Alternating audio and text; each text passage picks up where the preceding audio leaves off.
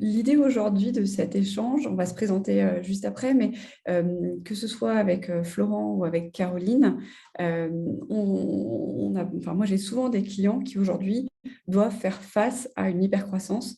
Et cette hypercroissance a plusieurs conséquences, notamment au niveau du recrutement. Et je vais me présenter en quelques mots. Donc, moi, à la base, je suis une avocate. Je viens du monde du recrutement, pardon, du monde du droit. Et j'ai switché sur le monde du recrutement il y a une dizaine d'années. J'en ai créé mon cabinet qui s'appelle Atorius Exécutif, qui est un cabinet qui est dédié au recrutement pour les fonctions RH et juridiques. Et la spécificité de mon cabinet, c'est qu'on gère des crises. Pendant longtemps, on a géré beaucoup de crises négatives, c'est-à-dire les phases de décroissance. Et ce qu'on vit, notamment depuis 4-5 ans, c'est l'accompagnement de sociétés dans des crises positives où on est amené à gérer des recrutements par 10, 20, 30, 40 personnes. Et en fait, quand on est dans ce contexte-là, ce n'est pas du tout les mêmes réflexes que quand vous êtes dans une société du quotidien. Et donc, du coup, j'ai vraiment à cœur d'échanger tant avec Florent et Caroline pour voir eux comment ils gèrent ces aspects-là et pour qu'on puisse librement en parler. Donc peut-être Caroline, je vais te laisser te présenter euh, si tu es d'accord avec ça. Non, non, je ne suis pas d'accord. Non, je parle pas. Bonjour à tous, moi je suis Caroline Leroy. Je suis donc en charge du Ah, elle a bugué. C'est les joies Les joies des webinaires. Bonjour à tous. On a peut-être, Florent, peut-être que toi, tu peux te présenter en attendant que Caroline revienne. Ah non, Ouais, c'est Ouais, bon, tu es revenu, Caroline. j'avais revenu. évidemment ma connexion, c'est devenu instable à ce moment-là, c'est forcément lié. Donc vous avez entendu juste Caroline Leroy, DRH Payfit, c'est ça? C'est tout. Après, tu as été figée. Depuis, Vas-y, raconte-nous. depuis un peu plus de 3 ans. Donc pour vous donner un ordre d'idée, je suis arrivée quand on était 300 et on va être 1000 cet été. Donc, effectivement, on a onboardé, on a recruté un certain nombre de personnes chez Payfit. Et Payfit, en 2 mots, c'est une solution de paye et de RH pour les petites entreprises, principalement entre 0 et 100 salariés. Merci beaucoup, Caroline. C'est vrai que je pense que ton expérience va être surtout intéressante et notamment sur comment vous avez géré pendant cette période Covid, comment vous avez fait. Je pense que ça va vraiment nous intéresser. Peut-être que Florent, peut-être que tu peux te présenter également et nous expliquer un peu ton parcours et ce que tu fais aujourd'hui. Avec plaisir, merci Marie et merci Caroline pour l'invitation. En tout cas, ravi de pouvoir parler de ce thème. De mon côté, moi je suis aussi avocat de formation et après avoir passé le barreau de Paris, j'ai bossé en start-up et après avoir créé ma propre entreprise, j'ai rejoint Sealegals pour développer le marché français. Donc chez Sealegals, on est une plateforme SaaS qui permet de digitaliser l'ensemble des opérations sur le capital, que ce soit du financement, que ce soit la gestion de l'actionnariat ou aussi le partage du capital auprès des équipes. Et on est effectivement en Angleterre, on est en France, on a lancé Singapour et Hong Kong il y a peu, ainsi que l'Irlande. Et on a une phase d'hypercroissance qui n'est peut-être pas aussi prononcée que celle de Caroline avec Payfit, de passer de 300 à 1000, ce qui est conséquent quand même. Mais on est passé de 50 à 130 en l'espace de moins d'un an. Et on a une croissance organique. Donc c'est assez intéressant, je pense, de voir les deux perspectives entre Sealegals et Payfit et d'en discuter avec toi, Marie, avec Atorus. Merci beaucoup. Juste une petite modalité pratique, c'est qu'on va échanger tous les trois en ce qui concerne toutes les personnes qui sont avec nous aujourd'hui. N'hésitez pas, si vous avez des questions, n'hésitez pas à nous les poser dans le chat sur le côté. On va essayer voilà, de répondre au fur et à mesure. Voilà, vraiment pour pour que cette session ait un sens, n'hésitez pas à participer, n'hésitez pas à poser des questions. Et à le rendre interactif, c'est vraiment aussi notre objectif d'avoir 3 points de vue de 3 personnes qui ont vécu cette situation d'hypercroissance avec trois objectifs différents. Et c'est vraiment, si vous avez des questions, n'hésitez pas à nous les poser. Alors, ce que je vous propose, c'est qu'on commence dans le vif du sujet parce ça va aller vite. Le premier point, et c'est ce que je voulais voir avec toi, Caroline, est-ce que tu pourrais nous faire un petit retour d'expérience pour voir comment toi, tu as vécu cette période d'hypercroissance d'un point de vue RH, puisque c'est ton métier, mais aussi d'un point de vue recrutement, comment vous avez structuré, comment vous avez envisagé vos recrutements, comment tu fonctionnes, qu'est-ce que tu te dis en fait, comment ça marche? Oui, alors c'est une question qui est super intéressante à faire rétroactivement parce que tu te rends compte aussi tout ce que tu as mal fait, tout ce que tu n'as pas fait au bon moment. Et je le dis en toute humilité, c'est ça qui est intéressant, c'est ce retour d'expérience. Et donc, du coup, ce que je vais vous dire, ce n'est pas forcément ce qu'on a fait au bon moment. C'est ce qu'on aurait dû faire parfois mieux aussi. Donc, voilà, ne vous inquiétez pas, ce n'est pas parfait. Je pense que ce qui est important d'abord, avant de parler de recrutement, et c'est ce qui va faire aussi la force ensuite de l'opérationnel recrutement, c'est d'identifier ce qui définit cette entreprise-là, cette start-up-là, ce qui la définit, ce qui la singularise. C'est-à-dire, la première chose pour moi, c'est la culture et les valeurs. C'est ce qui, chez Payfit en tout cas, a énormément fonctionné et qui continue à avoir beaucoup d'écho dans l'écosystème, on va dire, des startups. Et c'est la culture, la valeur, mais aussi ensuite la réputation. C'est-à-dire, est-ce que cette startup, elle est cohérente avec ses valeurs? Est-ce que au quotidien, quand on rentre chez Payfit ou dans une startup, est-ce que ce qu'on m'a vendu, c'est ce qui se passe? Et il faut pas sous-estimer cette partie-là. Et donc, il faut bien la définir. Pourquoi? Parce qu'ensuite, aujourd'hui, on sait que les salariés qui vont aller en start-up, qui veulent aller en start-up, ils vont aller rechercher un certain nombre de choses. C'est un marché hyper exigeant. Et une des premières choses qu'ils vont aller chercher, c'est le sens. C'est pourquoi, OK, il y a la carrière, il y a le salaire, mais c'est aussi pourquoi, en fait, cette entreprise n'est pas une autre. Qu'est-ce qui me plaît dans dans cette entreprise? Est-ce que cette entreprise participe à une raison d'être aussi qui va au-delà de leur mission? Est-ce que le produit qu'ils vendent correspond à qui je suis ou ce que j'ai envie d'être? Et donc, quand je vous dis ça, c'est bien définir le pitch de la culture de la valeur, mais aussi de qu'est-ce qui va nous singulariser, qu'est-ce qui va être différenciant, qu'est-ce qu'on apporte qui est peut-être différent des autres. C'est tout bête, hein, mais c'est la base quand même. Et Oui. c'est quelque chose que tu présentes dès le premier entretien. À quel moment tu l'introduis pour les candidats? Alors oui, on le présente dès l'entretien. Et tu vois, quelque chose qu'on n'a pas assez fait dès le départ, c'est d'aller le formaliser en assessment. Ce qu'on appelle, tu sais, un value assessment, c'est-à-dire dans quelle mesure, une fois que tu l'as défini, comment tu l'évalues en fait dans le Ouais. processus de recrutement. Et c'est toujours, enfin moi en tout cas, ça a toujours été un peu le parent pauvre. Et on est toujours en rattrapage sur ce sujet. Je pense qu'on peut mieux faire. Et il y a beaucoup de boîtes, quand j'en discute autour de nous, qui le font aussi de manière un peu superficielle. Alors que je pense que c'est un vrai atout de le faire bien. Et, et nous, on a réussi à le faire parce qu'on avait aussi des leaders dès le départ et des fondateurs qui y croyaient beaucoup. Et donc, qui ont recruté un premier cercle de management qui, eux aussi, véhiculaient ces valeurs-là et qui, eux-mêmes, ont recruté un deuxième cercle, etc., etc. Donc, ça a fonctionné comme ça. Mon point, c'est de dire que si ce n'est pas formalisé, le seul moyen de le réussir, c'est d'avoir des fondateurs et des leaders qui portent naturellement ces valeurs-là. Et en fait, c'est un cercle vertueux. Parce que en fait, du coup, ça permet à cette culture de s'auto-entretenir naturellement dans le vécu et de pouvoir aussi recruter ces personnes-là parce qu'ils l'auront vécu, ils sauront comment l'assesser beaucoup plus naturellement. Oui, parce que c'est une vraie question. Nous-mêmes, en tant que recruteurs, les hard skills, on sait facilement les identifier. Bon, tu vois, il y a, OK, la partie soft skills, c'est toujours un sujet. Comment tu identifies? Alors, tu as des choses que tu arrives à identifier, par exemple la ponctualité, le respect, le machin, etc. Mais ça, sur les valeurs, comment tu fais justement pour les assesser, comme tu dis? Comment Eh bien, tu... on a un exemple qui est autour de... Et encore, on est encore en cheminement sur ce sujet, mais Ouais. on a l'humilité, par exemple, qui est une valeur forte chez nous. Mhm. On en a régulièrement parlé entre nous avec Marie. Et en fait, en posant un certain nombre de questions et en observant en fait, dans l'entretien comment la personne va réagir aux échecs, comment elle se présente, est-ce qu'elle valorise son individualité ou est-ce qu'elle va valoriser un collectif. C'est des exemples basiques, mais qui nous permettent de se dire, OK, cette personne-là, est-ce qu'elle tire la couverture à ses pieds ou est-ce qu'elle est vraiment dans une aventure collective, comment elle interagit avec ses équipes? Et si dans les références, c'est aussi quelque chose qu'on va aller vérifier. Et quand on a un doute, en fait, dans le processus de recrutement, on a des personnes qui sont, notamment les RH, qui vont être extrêmement vigilantes sur la partie value fit. Et c'est ça qu'on va aller assesser principalement. Donc, en fait, il faut le processer, c'est vraiment important. Ok. Donc voilà, ça c'est un exemple d'une partie. Peut-être le deuxième gros key learning que j'aurais sur le recrutement, c'est d'avoir déjà des process de base qui soient solides, notamment sur l'onboarding, sur la compensation.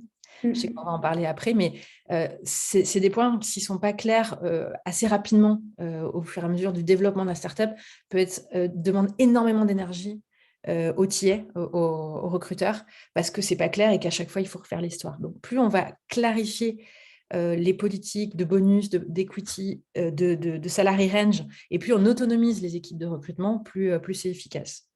Okay. Et deuxièmement, je dirais ne pas tarder à mettre en place des process de recrutement qui soient efficaces. Je m'explique, c'est que souvent, on court toujours après le temps et on court toujours après l'understaff, notamment dans les équipes de recrutement, donc on est toujours sous-staffé par rapport à la vraie demande. Ce qui fait que, les équipes n'ont jamais le temps de passer du temps sur le métier, c'est-à-dire à avoir des process solides et à penser à leur futur. Et deuxièmement, ça veut dire que les hiring managers sont extrêmement impliqués dans le processus de recrutement. Et donc, qu'est-ce qui se passe ? Il se passe qu'en fait, on a des process qui ressemblent à chaque hiring manager, qui sont différents. Et donc, on va avoir des processus de recrutement qui vont passer de 4 à 16 recrutements, selon les hiring managers. On va avoir des scorecards qui sont rarement faites et des job desks qui sont rarement en lien avec la RGPD ou avec des enjeux de diversité, par exemple. Donc, c'est important de passer du temps dès le départ à former vos managers et à s'assurer que les bases du recrutement soient les bonnes, parce qu'après, on galère pour rattraper l'hétérogénéité. Alors, il y a une personne qui pose une question. Est-ce que vous avez des notes pour cette session ? Non, on n'en a pas particulièrement. Non, c'est un échange libre. Mais là où je rejoins Caroline, c'est vrai que moi, en tant que recruteur, je viens du M&A et j'ai eu besoin de processer chaque étape de mon recrutement. Et c'est vraiment formalisé. La première chose que je fais sur mes juniors, c'est qu'on les forme et je leur demande pour qu'il y ait une équité, pour qu'il y ait une... tu parlais de notamment diversité, les problématiques de discrimination. C'est quelque chose qui, aujourd'hui, on ne peut plus se permettre de se planter là-dessus. Et nous, moi, toutes mes équipes, je les forme en permanence sur les problématiques de discrimination parce qu'en fait, ils vont faire, entre guillemets, des erreurs, mais sans faire exprès. Ils peuvent poser des questions qui vont mettre mal à l'aise les candidats. Et ensuite, en fait, avec les réseaux sociaux, ça va se savoir et ça va être contre-productif pour l'image de la boîte. Et ça, c'est un truc, c'est un point, moi, je te rejoins absolument sur la formation, le cadrage et la structuration de la recherche. Un dernier petit point sur le salaire, c'est peut-être 30 secondes là-dessus, puis après, on arrivera à Florent. Sur le salaire, vous, tu as dit qu'il faut vraiment structurer le salaire. Justement, comment tu fais pour faire des grilles de salaire et surtout qui vont évoluer parce que la personne qui va arriver le jour 1 et qui va arriver le jour au bout d'un an, forcément, ce ne sera plus les mêmes attentes et les mêmes structurations. Comment tu les fais évoluer ? Alors, c'est un combat permanent, surtout dans le contexte actuel. On a une guerre des talents qui fait une inflation de dingue dans le monde des startups, il faut se le dire aussi. Oui. Déjà, il faut avoir quelqu'un de spécialisé en compensation et benefits, c'est la base. Il faut utiliser des benchmarks sur le marché. Donc, il y a par exemple Virgile avec Figures, mais après, on peut aussi le mixer avec du Radford ou avec d'autres providers qui font plus du mid-size ou de la grosse entreprise. Je dis ça parce qu'en fait, selon la taille de la startup, de la scale-up, on va avoir des métiers qui vont être dans des benchmarks startup et d'autres qui n'y seront pas. Donc, c'est intéressant d'aller mélanger. Donc, en fait, on fait notre propre benchmark par rapport à un mix et en fait, on l'update très régulièrement, surtout sur les métiers en tension, notamment en engineering. D'accord. Il y a quelqu'un qui demande juste une petite question. Comment vous fonctionnez, par exemple, sur le variable ? Comment est-ce que vous faites fixe, variable ? Est-ce que c'est en fonction des postes ? Comment ça se passe, en fait ? Oui, alors pardon, il y a une étape effectivement précédente de toute façon, au salary range, c'est qu'avant d'avoir le salary range, il faut identifier en fait les levels et à quoi correspondent ces niveaux. Tu vois, donc un job leveling avec un career framework à minima. Je ne dis pas qu'il faut, je sais qu'aussi selon la taille de la startup, on n'a pas forcément le temps de faire tout ça, mais c'est au minima se dire, voilà, c'est quoi un junior dans ce métier-là, c'est quoi un intermédiaire, c'est quoi un senior ou un expert, et c'est quoi les ranges qu'on voit sur le marché. Et après, en termes de bonus, ça serait un workshop à part entière. Il y a beaucoup de tendances sur ça. J'allais dire, si vous ne voulez pas prendre de risques, soyez assez market practice. Regardez ce qui se fait sur le marché et soyez soit différenciant, soit mainstream, mais il faut que vous soyez une philosophie qui vous corresponde. On va faire une super transition avec Florent sur la partie quand tu arrives et tu as parlé des premiers cercles. Alexis, on viendra à vous juste après, mais juste Par rapport à ça, donc Florent, toi, ta spécialité, c'est vous aider les sociétés à être dans une situation de scale-up, de lever des fonds. Et un des sujets qu'on se pose toujours, c'est la répartition du capital, notamment l'anticipation de toutes les problématiques BSPCE. Est-ce que toi, tu as des recommandations, des fonctionnements? Qu'est-ce que tu préconises sur cette question-là, spécifique, enfin, d'organisation, de répartition du capital? Ouais, je vais répondre à cette question, Marie. Et avant, je vais peut-être rebondir sur ce qu'on a dit et ce que tu as dit, Caroline. Parce qu'effectivement, ça fait écho. Déjà aussi, c'est des conseils qu'on peut prendre nous chez Silegal, ce que tu as pu dire. Est-ce que vous pouvez faire mieux aussi sur la partie process? Nous, pareil, c'est des questions qui se sont posées parce que bah, on est passé, comme j'ai dit, de 50 à plus de 130. En France, c'est un peu différent.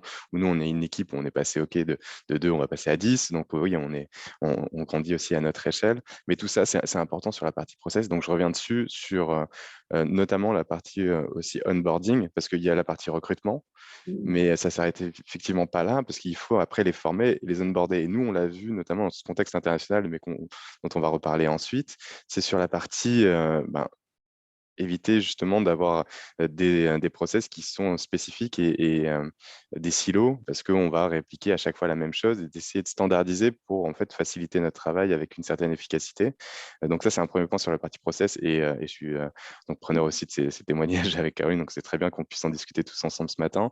Et deuxième point, c'est sur la partie effectivement valeur où nous, là également sur la partie assessment de ces valeurs, c'est fait de manière assez naturel, sans vraiment le rationaliser, mais c'est des points qui sont quand même très importants. Et là-dessus, effectivement, nous, on a pas mal de choses à mettre en place et c'est des aspects très stratégiques, en tout cas, pour le choix des candidats dans le contexte qui est le nôtre. Et pour répondre à du coup, ta question, effectivement, Marie, sur la partie capital, le choix de rejoindre une startup, c'est aussi souvent lié à cette question du partage du capital parce qu'on est dans une certaine différence par rapport à des sociétés plus matures, à des sociétés corporate, et c'est justement un argument qui est souvent est un argument de poids que de pouvoir intéresser au capital et à partager la valeur future au travers du capital, raison pour laquelle la majorité des startups utilisent justement les BSPCE qui sont les stock options pour pouvoir intéresser, en plus de ce qu'on vient de dire, hein, du salaire, des variables, c'est un complément dans ce package et d'où ces questions effectivement de benchmark.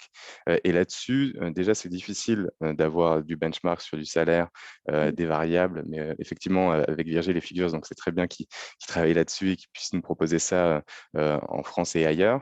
En Europe. Il y a la question aussi du benchmark côté capital. Et là, en plus du benchmark, de savoir combien on va donner d'un point de vue BSPCE ou combien on va te donner à toi, ça revient un peu de la même façon, comme tu l'as dit, Caroline, sur la grille de salaire, parce que c'est lié sur certains mêmes critères, sur des critères qui sont en fonction de est-ce qu'on est senior, est-ce qu'on est junior, dans quel poste, est-ce que c'est par équipe. Et après, c'est lié aussi à la culture de l'entreprise. Est-ce qu'on va intéresser tout le monde? Est-ce qu'on va intéresser uniquement des top managers? Donc, on a un lien vraiment qui est très RH, mais qui touche ensuite, et c'est là où il y a la difficulté par rapport au PSPCE, c'est que ça touche au financier, au fiscal, et on est dans une notion qui est beaucoup moins simple à comprendre que du salaire et du variable. Et donc, ça nécessite une pédagogie et une communication d'autant plus importante de la partie RH, mais aussi de la partie financière et juridique.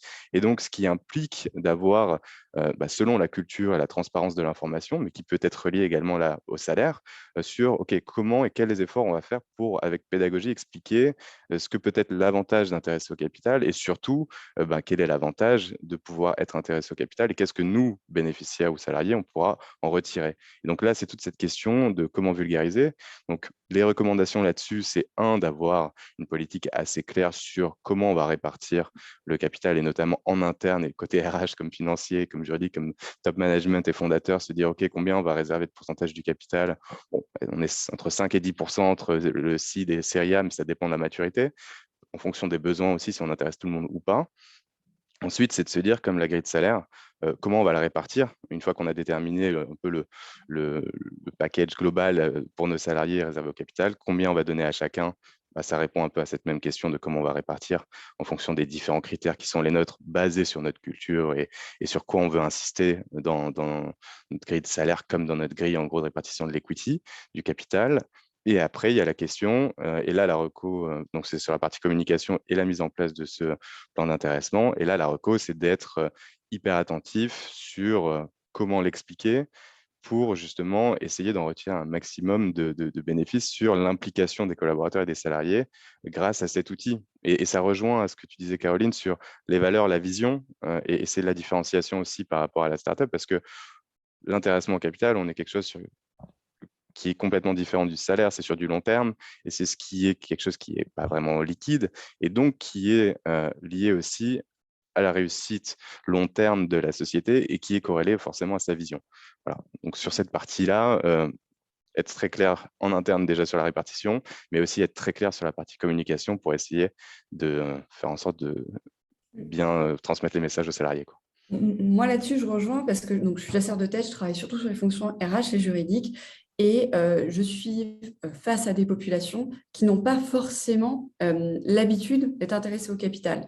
Et c'est vrai que ce que j'ai pu remarquer, c'est que sur tous les recrutements que j'ai pu avoir à faire sur ces sociétés en hypercroissance et notamment les startups, on a un travail d'explication vraiment qui prend du temps pour leur expliquer que les gars, vous allez avoir le fixe, vous allez avoir le variable. Déjà sur des professions qui naturellement ne sont pas habituées aux variables, quand on rajoute la couche BSPCE, il y a tout un travail d'explication, surtout quand c'est pas rien que le terme BSPCE peut faire peur. Donc il y a tout un travail pour moi d'explication et quand on explique aux gens, ils comprennent et ok, ils disent ah oui non mais c'est malin. Et surtout si on a fait le travail en amont de valeur, d'expliquer en fait, tu ne rejoins pas un poste, tu rejoins un projet. Et quand on a cette démarche-là, quand on explique que ce n'est pas juste tu viens faire des contrats ou tu viens faire une tâche, tu viens rejoindre un projet, là, la personne a une adhésion et c'est là où on arrive à capter des talents sur du long terme. Parce que si c'est pour venir 6 mois, ça n'a pas de sens.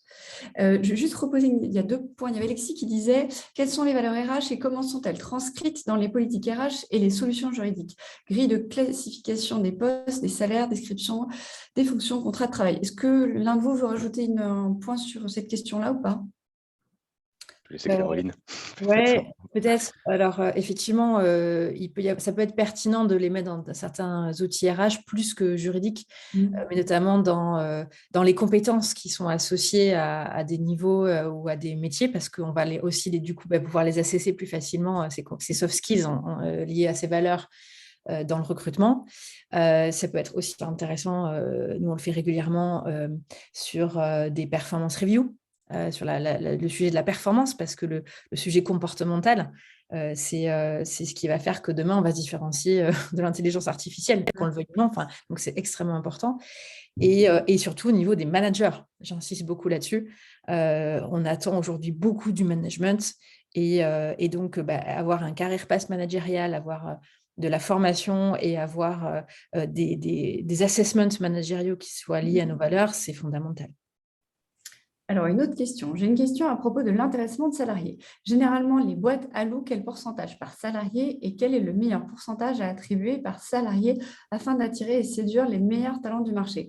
Je vous laisse répondre. Moi, en tous les cas, en tant que chasseur de tête, c'est une question qui est très, très dure parce que ça va dépendre du profil, ça va dépendre du niveau d'expérience, ça va dépendre aussi Vous intéressez pas de la même manière un sales qu'une personne sur la partie support. Donc, pour moi, c'est une question qui va dépendre des profils. Après, peut-être que Caroline et Florent, vous avez peut-être une autre approche. Et Là-dessus, effectivement, c'est un peu... Enfin, c'est une très bonne question parce que c'est souvent aussi l'erreur qu'on peut faire sur combien donner en pourcentage à tel salarié aussi selon la maturité. Parce qu'à un certain niveau de maturité, ça ne veut rien dire le pourcentage. Et mieux vaut parler avec d'autres critères qui sont combien on en donne en termes de BSPCE, quelle valeur ils ont à date. Et là-dessus, c'est souvent aussi là où il faut éviter d'avoir en gros l'incompréhension qui est, voilà la valeur des BSPCE qui sont peut-être de 10 000 euros, de 20 000 euros, mais cette valeur-là est de bien faire comprendre que ce n'est pas quelque chose qu'on va leur donner aux salariés, c'est 10, 20 000 euros, 30 000 euros, si on parle de valeur, parce que c'est le prix d'exercice. Et donc là, on revient sur, en gros, la définition et la pédagogie dont je parlais, qui est, les BSPCE, ce sont des stock options, et on va dans cette explication où la valeur là, c'est ce que le salarié devra payer à un moment, mais pour vendre ensuite plus cher les actions qui sont les sous-jacents. Et donc là, c'est la plus-value. Et donc, on revient sur la vision et sur le long terme, le gain potentiel futur. Et donc, raison pour laquelle en fait, le pourcentage, on peut parler d'un pourcentage global en termes de benchmark sur ce que réservent en principe les sociétés de leur capital. Et après, la répartition, on revient sur la partie benchmark dont on parlait en fonction de tel ou tel profil. On n'a pas vraiment les informations pour le moment. On en a beaucoup sur Seed Legals, mais ça nous permet d'avoir des ordres d'idées, des orientations. Mais ensuite, il faut avoir, je pense, une certaine analogie. Je ne sais pas ce que tu en penses, Caroline, mais par rapport au salaire, où il y a aussi une certaine politique. On peut se reposer sur un pourcentage du salaire de base pour rationaliser combien on pourrait donner en termes de nombre, encore une fois. Et après, qui se traduit en pourcentage, parce que ce nombre de BSPC qu'on pourra donner, en tout cas d'options, c'est un pourcentage quand on le divise par le nombre total d'actions et d'options qui composent le capital. Voilà, en gros, mais ça, pour l'expliquer de manière claire, là déjà, je pense qu'on a perdu 90% des candidats qui sont OK, c'est super ta théorie juridique ou ton explication de droit des sociétés one-on-one, mais en fait, je m'en fous un peu, c'est quoi les BSPCE, qu'est-ce que ça me rapporte? Donc, et c'est là où je pense l'analogie avec le salaire et de réduire ça à des choses assez intéressantes qui parlent aux salariés et aux candidats, c'est peut-être un peu mieux que juste un pourcentage, parce que si on donne un pourcentage aussi, pour finir là-dessus, on peut dire, OK, tu vas avoir 0,01% du capital super motivant, je pense, pour le candidat, d'où la question peut-être de pas utiliser des pourcentages, mais d'autres moyens de faire passer le message. Ouais, je te rejoins complètement. En fait, le pourcentage, finalement, c'est du back-office. C'est-à-dire que c'est pour les équipes legal, finance et HR. Et TIE, parce que ça va être pratique d'avoir quand même des ranges de pourcentage pour Ouais. pouvoir ensuite faire les packages. Mais après, c'est pas comme ça qu'il faut parler aux candidats. Effectivement, c'est une question ensuite de valeur. C'est ça qui va les intéresser. Et comme tu dis, c'est complexe parce qu'il y a la notion de prix d'exercice, il y a la notion de valeur, mais qui reste estimée, qui ne peut pas être garantie. Et donc, je rejoins aussi Marie, l'essentiel, c'est de pouvoir bien expliquer ça, mais c'est vraiment deux sujets différents en termes de... Alors, on va passer à l'international. Je sais que tous les deux, vous êtes dans des sociétés qui sont aussi en train de se développer fortement à l'international. Caroline, toi, sur cette partie internationale, je sais que vous êtes développée dans plein de pays, l'Italie, etc. Tu vas nous en reparler un peu plus. Est-ce que tu as des doux et des don'ts, des choses où tu te dis, bah, ça j'ai réussi, ça peut-être un petit peu moins. Est-ce que tu as une vision sur cette partie-là? Alors, en toute humilité, ce qu'on n'a pas du tout bien réussi, Florent en parlait tout à l'heure, c'est la standardisation à l'international. Alors, ça, pas du tout. Après, ça s'explique aussi parce qu'on a aujourd'hui 80% de notre revenu et 80% de nos effectifs qui restent quand même très français. Donc, après, c'est aussi choisir les priorités. Et donc, on a aussi laissé les pays qui étaient plus dans un mode très start-up, pour le coup, fonctionner avec leur manière avec leur process. Par contre, on leur donne des conseils, on leur donne des best practices. Et il y a des choses sur lesquelles on ne transige pas, c'est-à-dire la philosophie de la comp ou les valeurs. Donc, c'est vraiment aussi de choisir qu'est-ce qui vous paraît le plus important pour l'aspect scalabilité, mais surtout pour la partie fondamentaux et ce qui peut être différencié selon l'importance de ces pays-là. C'est une première chose. Après, ce qu'on a fait de bien et je trouve sur lequel il faut être extrêmement vigilant, c'est deux choses. C'est avoir une RH ou un RH très rapidement dans le pays et qui va être touche à tout. C'est-à-dire, effectivement, ça va être quelqu'un qui va gérer le recrutement, mais aussi l'onboarding, mais aussi le développement des salariés, s'assurer qu'il n'y ait pas de comportement toxique dans ces petits environnements-là, qui gère aussi l'attractivité, les rituels, enfin bref, quelqu'un qui soit un peu touche à tout au départ. Je trouve que ça peut paraître un surinvestissement, mais c'est tellement, en fait, tellement game changer et ça évite tellement des risques c'est quelque chose que je recommanderais, si en tout cas on décide d'ouvrir un pays. Et puis aussi d'être assez au clair, ça c'est quelque chose qu'on a plus ou moins bien fait, d'être assez au clair sur le profil ce que j'appellerais du country manager. Pourquoi? Parce qu'en fait, au départ, on va avoir besoin plutôt d'un country launcher. Et après, en fonction d'une certaine taille, un certain besoin, on va aller rechercher des compétences qui vont être complètement différentes.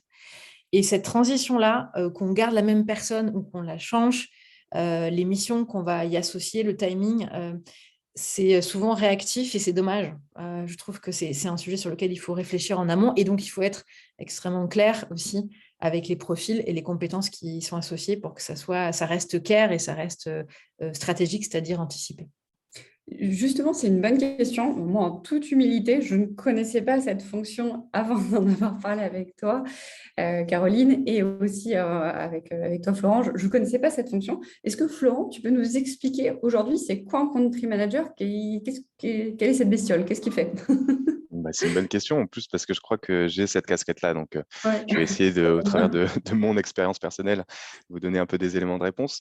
Mais en tout cas, effectivement, c'est un peu les intitulés, ils peuvent tout et rien dire. Et là, typiquement, oui, country manager, qu'est-ce que ça veut dire? En fait, comme tu l'as défini, Caroline, quand on lance un pays, on est sur une base sur quasiment lancé comme une nouvelle entreprise. Et un peu, c'est la startup dans la startup. Et de mon côté, nous, justement, ben, la, enfin, Seed Legals a été d'abord lancé en Angleterre. Et donc, nous, on est la filiale de la société mère qui est en Angleterre. Et donc, on a la, la vue un peu différente de la tienne, Caroline, qui est avec la société mère en France et qui a d'autres pays. Et donc là-dessus, en fait, on se retrouve un peu sur, OK, on doit lancer un pays, donc on doit défricher le marché. Et la manière dont on l'a fait, chez Sea Legals, en fait, j'avais un peu le rôle de, effectivement, ce country launcher, donc d'une personne qui va développer le business d'abord en France. Et j'étais pas seul, heureusement. J'étais aussi avec Félix, qui était mon associé de ma précédente boîte avant de rejoindre justement Sea Legals, où on avait cette casquette un peu entrepreneuriale. Et donc, on était assez habitué à pouvoir défricher, être touche à tout, couteau suisse pour initier un premier projet, et notamment celui-ci là en France. En plus, avoir l'expertise métier qui est celle du juridique par rapport à Sea Legals quand même. Donc, moi, avec la casquette d'avocat, lui, Félix, sur la partie marketing et growth. Donc, on avait une sorte de binôme qui permettait d'aller défricher le marché français d'abord. Et ensuite, une fois qu'on a défriché un peu le marché français, qu'on a initié de l'attraction, qu'on a initié un peu d'activité, qu'on a commencé à établir, se pose la question de stabiliser un peu ce développement et de pouvoir recruter une équipe. Et c'est là un peu la casquette de ce country manager, je pense, où il a peut-être plus le rôle quand on entend un country manager, peut-être pas de personne qui va développer le marché au début, même si, bon, là, en l'occurrence, moi, au travers de mon expérience personnelle, je l'ai fait, mais après, quand on veut recruter peut-être un country manager qui va stabiliser une équipe, staffer une équipe, c'est un peu ce qu'on a eu en ouvrant Hong Kong et Singapour, où on a eu une approche complètement différente avec Sea Legals, parce que en fait, là, on a recruté un country manager qui a au préalable recruté une équipe d'une dizaine de personnes. Donc, c'est a priori, et aussi en apprenant sur le playbook de ce qu'on a pu faire en France, et donc de nos réussites et de nos erreurs, qu'on a pu se dire, OK, on va peut-être tester là pour Hong Kong et Singapour, où on développe sur Asie-Pacifique une approche un petit peu différente, où on va recruter une équipe avant de pouvoir lancer et de bien travailler l'approche du pays. Et donc là, en fait, pour revenir sur le rôle du country manager, il a en fait un peu comme une sorte d'entrepreneur ou intrapreneur, si on veut utiliser des termes comme cela, une casquette assez générale, où il est, lui, censé véhiculer les valeurs qui sont celles de la société, reporter aussi donc à la société mère, entre guillemets, mais en tout cas au groupe, pour essayer d'avoir cette cohésion et cette cohérence d'ensemble, et en même temps d'avoir une connaissance très très fine sur le marché et les complexités d'un niveau local, notamment quand on a des produits comme Payfit, comme Seed Legals, qui quand même sont des services qui sont très particuliers pays par pays, et dans lequel on essaie de trouver le juste équilibre entre ce que peut être scalabilité et ce que peut être aussi spécificité locale. Et donc là, en fait, le rôle du country manager, en plus d'être un manager, comme son nom l'indique, il a ce rôle de faire cette passerelle entre cohérence et équilibre entre les deux besoins, et de recruter, bien sûr, avec une personne RH. Je vais faire passer le mot de mon côté si on peut recruter une personne RH à Sea Legals France, mais effectivement, il y a aussi la question de recruter ses équipes et de les staffer avec le management. Il y a, merci beaucoup pour ces éléments, Florent. Il y a une personne qui nous demande le playbook est plutôt pour le country launcher ou le country manager? C'est une bonne question. Ouais. En fait, le playbook est différent là. Et l'exemple que je donnais, par exemple, avec Silegas, où le playbook initial était, nous, quand on a lancé au début en France, c'était d'essayer de répliquer plus ou moins le succès anglais, en étant, j'allais dire la fleur au fusil, non, mais en allant justement avec le produit, avec l'adaptation du produit par rapport aux besoins locaux. Et encore une fois, on était avec une certaine particularité quand on parle de juridique. On ne peut pas copier-coller anglais-France, hein, ça ne marche pas. Donc, on est dans cette logique d'adaptation et de finesse par rapport aux pratiques et aux droits applicables. Et donc là, ça a été d'abord de travailler sur ça et d'initier justement les premiers éléments de traction avec des premiers utilisateurs, avec des retours utilisateurs sur cette base-là, à avoir des premiers partenariats et donc de défricher de cette manière avant de stabiliser. Et donc on est dans une logique plus flexible avant d'envoyer aussi peut-être une logique un peu plus lourde, justement pour initier, parce que par moment, on peut se rendre compte aussi, bah, ça peut ne pas marcher et on se dit, OK, est-ce que ça vaut le coup maintenant? Non, il est peut-être trop tôt. Donc, bah, on va réappliquer la stratégie qui était peut-être le playbook du launcher. Inversement, si on a le playbook, en se disant, OK, on va établir là un modèle qui peut être un peu plus lourd avec une équipe directement, bah, on a un playbook un petit peu différent. Donc, j'ai pas dit peut-être donné beaucoup de détails là-dessus, mais en tout cas, c'est une approche qui est quand même très flexible selon l'un ou l'autre modèle. J'ai juste une petite question, peut-être que je vais encore passer c'est quoi exactement un playbook Qu'est-ce qu'on entend? Parce que Caroline ou Florent, tu peux nous expliquer ce que c'est exactement pour ceux qui ne sont pas familiers avec cette notion? Enfin, moi, en tout cas, la manière dont on a un playbook sur Work from Anywhere, parce que c'est un de nos sujets phares, c'est un mode d'emploi, en fait. C'est des guidelines qui nous permettent de pouvoir expliquer très concrètement les do's and don'ts, des exemples clés sur des pratiques. Et on peut l'appliquer, j'imagine, Florent, pardon, à du business. Clairement. Et effectivement, pour donner aussi un exemple concret sur la partie business, c'est quand on se lance, quand on s'est lancé nous, c'était aussi d'avoir des partenaires clés, notamment sur la partie juridique avec des cabinets d'avocats clés, parce que on travaille aussi dans un marché qui est réglementé. Et donc, la logique est là-dessus. Donc ça fait partie d'un des playbooks, enfin, d'un des points qui peut être dans ce mode d'emploi, effectivement, qu'on appelle là avec tous ces anglicismes playbook, mais c'est ça, hein, c'est vraiment un mode d'emploi, comme tu as dit, Caroline, et de se dire, OK, qu'est-ce qu'on a appris typiquement par rapport, nous, au lancement en France, et qu'est-ce qu'on pourrait du coup en tenir comme leçon, et justement le mettre comme point en disant, OK, il faut des partenaires, il faut recruter initialement une personne qui fasse à la fois un peu du marketing, qui est un peu touche à tout. Par exemple, le playbook que tu recommandais, en tout cas le point dans ce playbook, Caroline, c'est aussi peut-être d'avoir une personne RH qui a vocation à être au niveau local pour pouvoir aider les équipes avec la cohérence des valeurs, aussi être le garde-fou sur des recrutements et la bonne entente dans les équipes, et aussi aider à recruter au niveau local. Voilà, ça fait partie un peu de ces points, je pense qu'on peut retrouver dans ce mode d'emploi. Il y a un point, on va arriver ensuite sur la crise, mais moi, ça fait quelques semaines maintenant de ce que j'observe au-delà du recrutement, etc. Il y a ce temps nécessaire du débriefing, d'analyse de ce qui s'est passé et de se dire qu'est-ce que je mets en place pour demain. Ce qui fait que je vais vous passer sur le sujet de la crise. Nous venons de vivre entre les gilets jaunes, les grèves, le confinement, malheureusement la crise avec l'Ukraine, etc. Nous vivons aujourd'hui dans un temps où les crises s'accélèrent et se succèdent. Comment on gère aussi cette hypercroissance dans ce temps de crise? Quels sont vos enseignements sur cette notion de débriefing? Qu'est-ce que vous dites? Ben voilà, quand on est dans ces situations où on ne peut pas tout gérer, on ne peut pas tout contrôler, même si on adore ça, comment on fait? Qu'est-ce que vous avez mis en place et comment vous l'avez vécu de votre côté? C'est une Moi, je peux vaste... donner un petit exemple, peut-être une anecdote de notre côté. On en Ouais, avait vas-y. parlé, Marie, là-dessus, parce que nous, quand on a lancé la France, quand on parle de crise, justement, on a lancé en février 2020 et on avait organisé justement un lancement en belle et due forme pour annoncer avec les partenaires qu'on connaissait aussi d'un point de vue local de mon côté, de tout l'écosystème. On essayait voilà, d'initier ce lancement. Et ben, en fait, on avait réservé une salle à Station F avec la French Tech. Et puis, un peu de temps après, un mois après, on a eu le Covid qui est tombé. Et donc, ça a arrêté complètement justement cet engouement par rapport à des rencontres physiques et ce lancement. Donc, on a lancé vraiment un mois avant le Covid, mais au final, ça a été, est-ce que ça a été un mal pour un bien? Je ne sais pas. En tout cas, ça a été une manière de pouvoir réorienter un peu la manière dont on voyait ce lancement.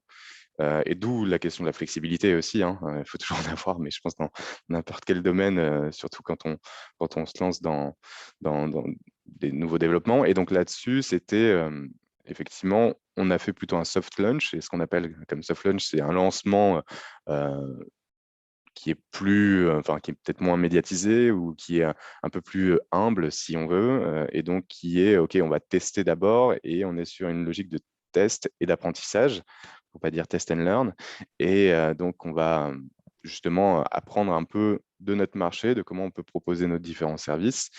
Et c'est la manière dont, en tout cas, on a revu un petit peu le lancement en France au travers de cette crise-là. Après, justement, avec tous les investissements, nous, comme on aide les startups à pouvoir lever des fonds et autres, il y avait aussi cette question de, OK, mais comment on va s'en sortir quelque part, parce que les investissements avaient été quand même très, en tout cas au tout début, ils avaient été arrêtés pour que tous les VC se concentrent notamment sur leur portefeuille et aider leurs propres startups à ce moment-là. Donc, on était vraiment dans cette question, OK, mais comment on va s'en sortir? Et au final, on voit que là, le premier trimestre, on a déjà dépassé les 5 milliards d'investissements. Donc, nous, on n'est peut-être pas dans ce niveau parce qu'on aide beaucoup des startups assez early stage, mais là, ça va en tout cas relativement bien. Donc, on a vu que ça a pu évoluer, mais on revoit aussi là qu'il y a un contexte conjoncturel qui n'est pas forcément favorable, comme tu l'as dit, avec la crise et la guerre en Ukraine.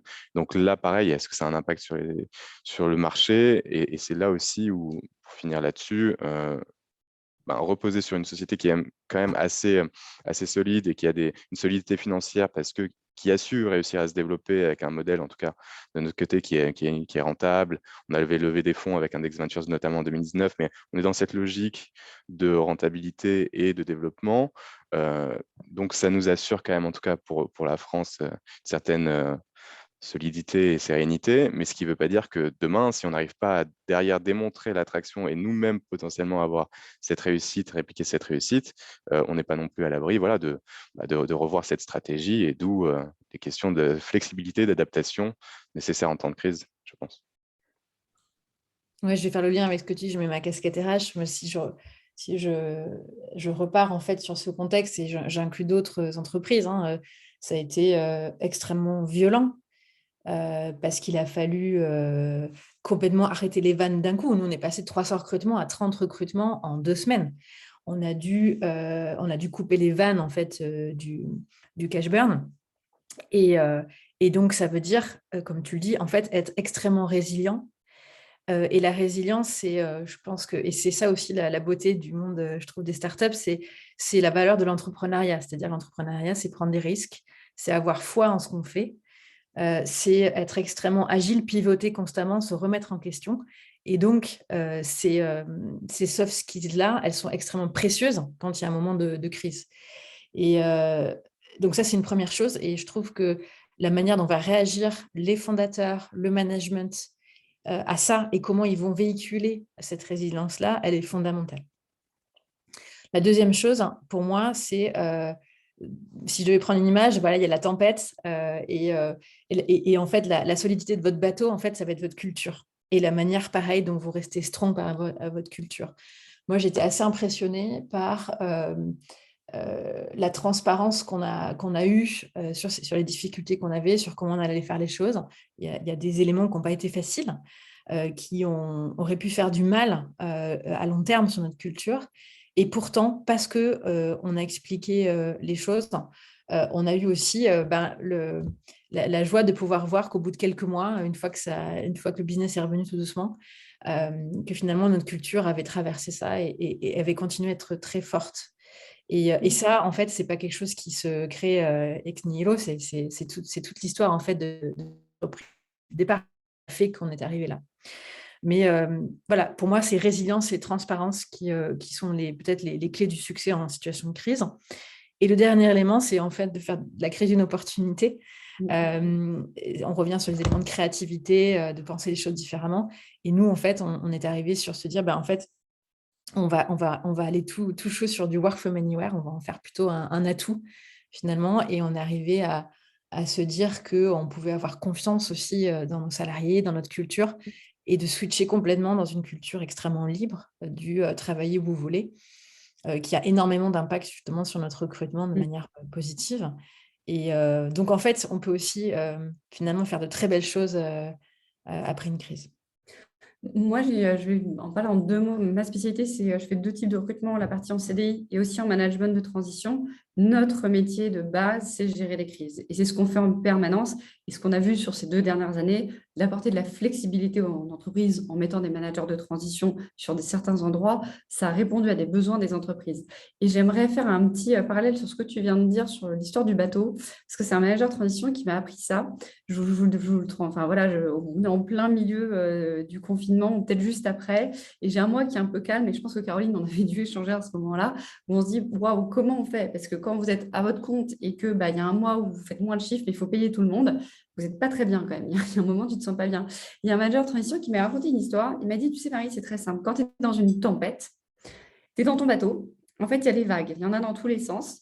OK, et ça peut abîmer ton bateau. Mais toi, ton job, ça, tu peux rien faire sur la tempête. Par contre, ton job, c'est de faire en sorte de consolider au maximum ton bateau et de faire qu'en sorte que le jour, parce qu'il y a un moment, il y aura un calme plat, il n'y aura pas la tempête à vie, le jour où on se reviendra sur un endroit plus calme, ce jour-là, ton bateau, il ne sera pas complètement éclaté. Et en fait, ce qu'elle m'avait expliqué, ce n'était pas une manager de transition, mais peu importe, c'était une directrice juridique que j'adore, qui m'avait dit, ce qui est important, c'est vraiment dans ce moment de crise, préserve tout ce que tu peux préserver, que ce soit le capital humain, que ce soit l'image, tout ce que tu peux, pour le jour où ça va repartir, pour pouvoir repartir vite, fort et le plus rapidement possible. Donc voilà, c'est ce que moi j'aurais retenu de cette crise de la Covid. Voilà, il est 47, ça filait vite comme à chaque fois. Je m'étais engagée à vous libérer à 50. Est-ce que vous avez un dernier mot peut-être de conclusion, Florent et Caroline, ou dites-moi un petit mot comme il nous reste quelques petites minutes. Moi, je rajouterais juste un petit point sur cette belle image que tu nous as donnée, Marie. C'est aussi consolider effectivement le bateau et tenir le cap. Et c'est effectivement voilà, sur ça où c'est en temps de crise, tenir ce cap-là, quand bien même, bon, peut évoluer de quelques degrés si on a l'analogie marine, mais effectivement, c'est un très bon message que tu as donné. Et s'il y aurait des messages par rapport, justement, on revient au titre de comment gérer cette hypercroissance. Il y a déjà l'idée de qu'est-ce que cette hypercroissance et comme on s'était dit, effectivement, on a une belle croissance, on recrute énormément, on passe de 50, 130 ou 300 à 1000, comme c'est ton cas, Caroline, avec Payfit. Et là-dessus, c'est effectivement se rattacher à ces valeurs communes et à aussi des principes de base qui doivent être justement construits. Et c'est vraiment hyper important de construire ces principes de base pour ensuite permettre d'avoir une continuité dans le développement de cette société, quand bien même il y a beaucoup de nouvelles personnes qui viennent, mais on véhicule ensuite ces messages de base et je pense que c'est hyper important, effectivement. Donc voilà, j'insisterai sur ce point. Cool, super, merci beaucoup Florent. Caroline, tu as un dernier mot, dis-nous. Ouais, peut-être ce que je dirais, c'est pareil sur le retour sur l'hypercroissance, sur les crises, sur les tumultes, etc. Il y a 2 choses qui sont clés, j'ai trouvé, et qui permettent de garder le cap, c'est communiquer. Communiquer et avoir une vraie transparence et aussi prendre le temps de ralentir pour step back, pour se dire qu'est-ce qu'on fait pas bien. On a parlé